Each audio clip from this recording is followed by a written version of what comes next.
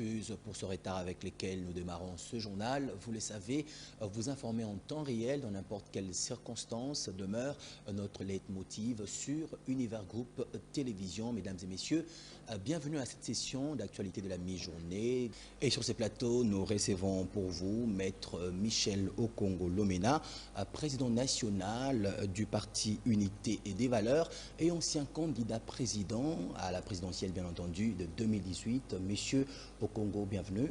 Merci, bonjour. Vous venez de suivre avec nous les différents éléments quant aux différentes règles barrières édictées par le chef de l'État. Comment pouvez-vous évaluer jusque-là les différentes mesures prises pour barrer et casser la chaîne des contagiosités au Covid-19? Merci de m'avoir invité. D'abord, je vais commencer par féliciter les autorités compétentes pour tous ces efforts qu'elles font pour pouvoir sécuriser notre peuple. Mais aussi, je suis de cœur avec le peuple congolais qui paye un lourd tribut présentement avec cette pandémie de coronavirus. Qui fait déjà des morts. Qui fait malheureusement des morts. Et nous sommes de cœur également avec les familles éprouvées. Eh bien, c'est une tragédie. Voilà pourquoi nous, au niveau des unités de valeurs, nous avons souhaité scinder cette question en deux parties. La première partie, je ne cesserai de le dire, c'est une partie où nous venons avec des questionnements. Qu'est-ce qui s'est passé? Pourquoi cela? Est-ce que le monde est-il entré dans une phase de folie? Parce que certainement, il y a quelqu'un qui a dit actionner ce qu'on appelle une bombe bactériologique aujourd'hui, qui est la source de cette pandémie. Parce que, messieurs les journalistes, figurez-vous, la pandémie n'est pas naturelle, elle a été provoquée. Donc voilà, la première phase, c'est la phase de questionnement. La deuxième phase... Et ces questionnements, vous avez trouvé quoi comme réponse? Oui, vous savez, nous sommes allés très loin dans les recherches. Nous avons compris qu'il y a eu un fascicule de brevet européen qui a été publié et délivré le 4 août 2010 sous le numéro du dépôt 048 58 25.3. Et ce fascicule a été déposé à l'Office européen des brevets. Et je vous apprends que le titre de ce fascicule, c'est Nouvelle souche coronavirus associée au SRAS. Non, je ne vais pas entrer dans les fonds, mais ce que je vais noter, c'est que le coronavirus date de plusieurs années. Le premier essai a eu lieu à Hanoï. Donc, vous voyez, mais la souche aujourd'hui qui fait ravage à travers le monde, cette souche Covid-19, c'est une souche qui fait des ravages, qui a été provoquée pour des raisons que nous sommes en train de chercher à comprendre. Mais encore une fois, il faut qu'on dise la vérité au monde entier, qu'on nous dise pourquoi cela a été fait. Parce que je me pose tant de questions. Vous voyez les confinements en Europe. Normalement, en Europe, il y a une structure, on appelle ça des abris atomiques. Mais ça n'a jamais été utilisé. Pensez-vous à ce stade où la pandémie du Covid-19 est en train d'engranger des morts dans les différentes nations et en RDC qui n'est pas épargné par cette pandémie? La question serait de revenir sur les origines du Covid-19 ou plutôt les différentes barrières à prendre afin de stopper cette chaîne de contagiosité? Non, pour l'instant, il faut aller à l'essentiel parce que le drame est là, la pandémie est là en train de faire des ravages. Nous allons ouvrir le débat un jour, mais pour l'instant, c'est pourquoi j'ai salué les autorités compétentes, les autorités de notre pays, qui ont pris des mesures efficaces pour essayer de mettre tout le monde à l'abri. Encore une fois, ça ne suffit pas. Mais j'aimerais noter qu'à l'avenir, il faudrait que nous puissions avoir une équipe, nos propres équipes de scientifiques. Parce que là, nous faisons du copier-coller. C'est-à-dire? Ça veut dire qu'on vous dit, écoutez... confinement, vous faites la même chose que les autres. Mais nous n'avons pas les mêmes données. Eh bien, si c'est une mesure qui est en train de porter ses fruits ailleurs, pourquoi ne pas l'utiliser chez nous? Non, je ne dis pas le contraire. Mais sauf que nous faisons du copier-coller. Vous voyez, aujourd'hui, nous avons un sérieux problème avec le peuple congolais qui ne veut pas entendre parler du vaccin. Parce que nous ne maîtrisons pas ce vaccin. Encore une fois, il y a un fou dans le monde qui a largué cette bombe bactériologique qui est aujourd'hui à la base de tout ce que nous sommes en train de savoir. Donc, vous voyez, nous devons avoir des réserves. Quand je dis nous, Nous, au niveau de notre pays, nous devons avoir des réserves et puis avoir confiance en nos propres choses scientifiques. Certains habitants de certaines autres communes continuent à rester dubitatifs quant à l'existence de la pandémie du Covid-19 en RDC. Qu'est-ce que vous pouvez leur dire à ces sujets? Les dangers là. Les dangers là. Le monde en parle, le monde scientifique en parle. Nous voyons également le fait, bien que j'ai rendu attentif les esprits malveillants, ne pas pouvoir profiter du coronavirus pour faire autre chose. Mais les dangers là, je pense que tout le monde a intérêt à appliquer les mesures telles qu'elles sont édictées. Nous revenons à vous. Et toujours dans ce journal, vous le savez, Monseigneur Gérard Moulumba, chef de la maison civile du chef de l'État et oncle du président Félix Antoine Tshisekedi, est décédé depuis hier, mercredi 15 avril à Kinshasa. Il était atteint du Covid-19 selon des sources familiales.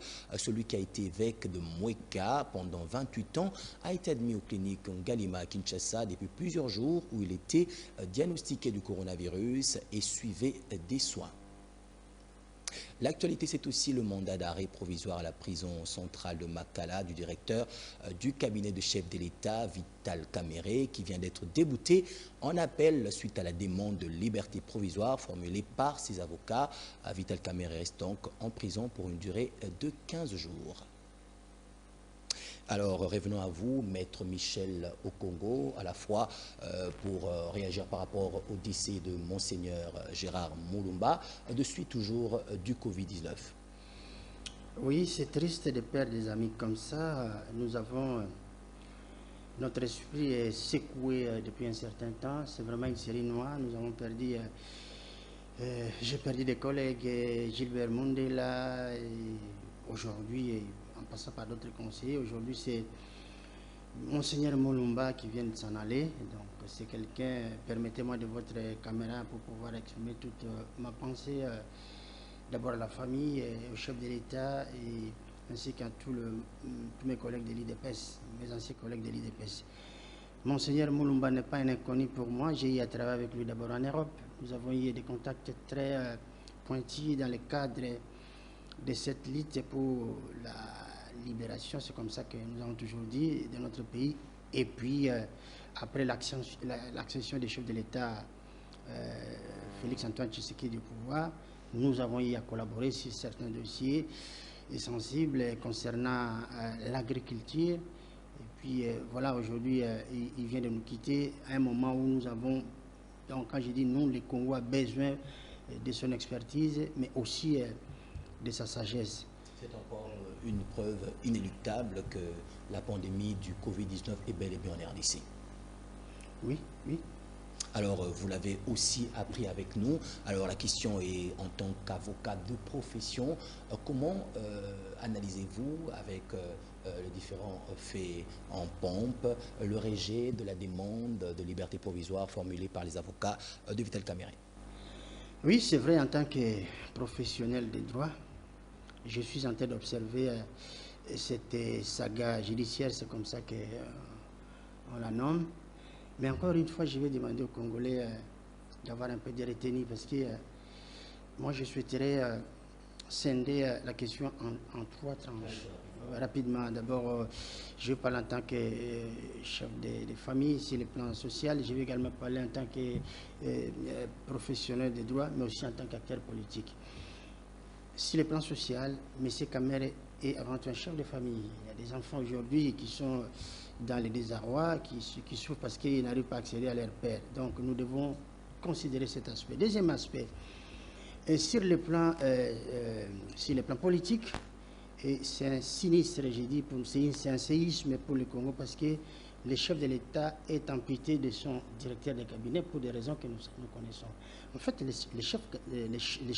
directeur de cabinet, c'est en quelque sorte les cuisiniers administratifs du chef de l'État. Aujourd'hui, le chef de l'État est sans cuisinier. Vous imaginez un hôtel-restaurant sans cuisinier, ça pose un problème. Donc, nous devons également être regardants de ce côté-là. Troisième point, si le plan juridique ou judiciaire et M. Kamerhe a été invité, donc convoqué par la justice, il a été entendu. les procureurs ainsi que les juges d'instruction. Oui, exactement. La procédure a été engagée telle qu'il se doit, en conformité avec les principes juridiques. Il a été convoqué, entendu. Et puis le juge a décidé de les placer sous mandat, ce que j'ai dit, détention provisoire. C'est ce qui a été fait. Jusque-là, rien n'a été chose. La justice n'a pas été bafouée. Mais encore une fois, lorsqu'une demande de remise en liberté provisoire est formulée, il appartient au juge d'instruction